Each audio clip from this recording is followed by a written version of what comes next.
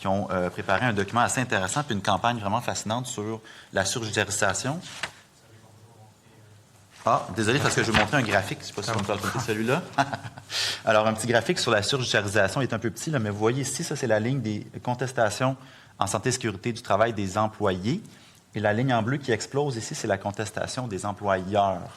Alors, on a calculé ici avec l'UTAM, en fait, l'UTAM a calculé qu'il y a une augmentation de 1167 du nombre de contestations des employeurs entre 1997 et 2024, qui est la dernière année où on a des chiffres.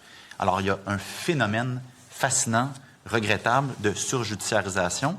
Et malheureusement, la loi 59, le projet de loi 59 qu'on a travaillé ensemble, n'a pas participé à réduire la situation parce que quand on regarde les années 22, 23, 24, on est à 66 000 encore et 71 000. Donc, ça va encore en progression, le nombre de contestations. Alors, est-ce qu'il n'y a pas là un lieu de faire un constat assez négatif que le projet de loi 59 n'a pas réussi à casser cette tendance à la surjudiciarisation? 1167 et 2024. Et est-ce que c'est des demandes de révision à la direction de la révision administrative, de même que les contestations au tribunal administratif du travail? Exact. Quelle page? OK. Mais si c'est effectivement le cas, 1167 d'augmentation du nombre de contestations des employeurs, je l'apprends, je l'avoue. Il faudrait que je voie la méthodologie de calcul, puis je pourrais en parler avec Félix puis l'UTAM. Mais oui, ça me préoccuperait. Puis c'est certain que je demanderais qu'on l'analyse et qu'on voit les façons de résorber cette augmentation-là. Parce que ça existait avant la modernisation. Puis un des objectifs de la modernisation, c'était effectivement de diminuer le nombre de recours. On le fait en partie avec la révision administrative, on le fait en renforçant les processus de conciliation, mais il ne faut pas oublier qu'il faudrait regarder d'autres chiffres. C'est quoi l'augmentation du pourcentage de règlement? C'est quoi l'augmentation du pourcentage de désistement? Il y a certainement des données statistiques qui viendraient atténuer ce que vous venez de mentionner. Parce que les révisions administratives, là, sans judiciarisation, parce que vous le savez, que c'est des observations qui sont faites, là, il n'y a pas d'audience avec des témoins puis des arguments des conseillers ou des procureurs. Les 99,1 % ont été réglés en 90 jours. Fait que même s'il y a eu une autre augmentation aussi impressionnante que ce que je dis Félix, là, mais l'UTAM, 1167 %, oui, ça me préoccupe. Mais il faudrait voir les règlements, les désistements, puis en révision administrative, sans judiciarisation, 99,1 %.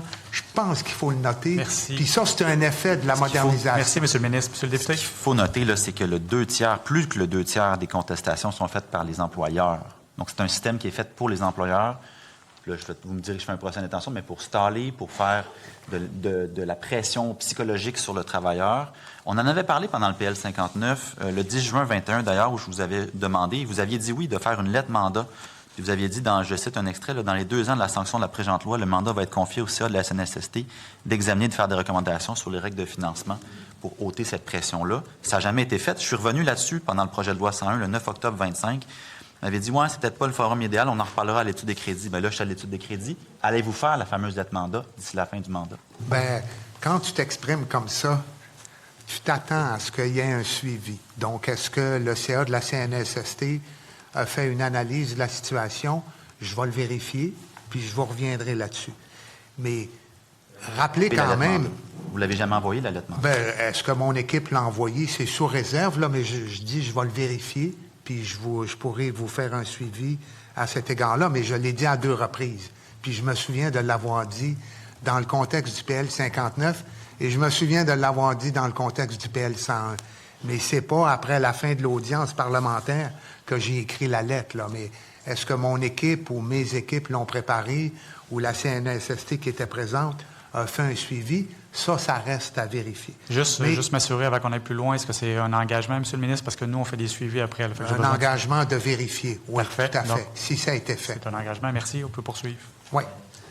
Puis, sur la Encore Ouais. une fois, une question Oui. d'équilibre. Monsieur le député, allez-y. Ben, je suis content que le ministre vérifiera, puis je l'apprécie. Il y a des solutions, il y en existe. Hein. On pourrait abolir les mutuelles de contestation, on pourrait abolir le BEM, on pourrait faire un service de représentation des non-syndiqués. Le document de l'UTAM est particulièrement bien fouillé. Vous pourrez aller piger là-dedans pour trouver des pistes.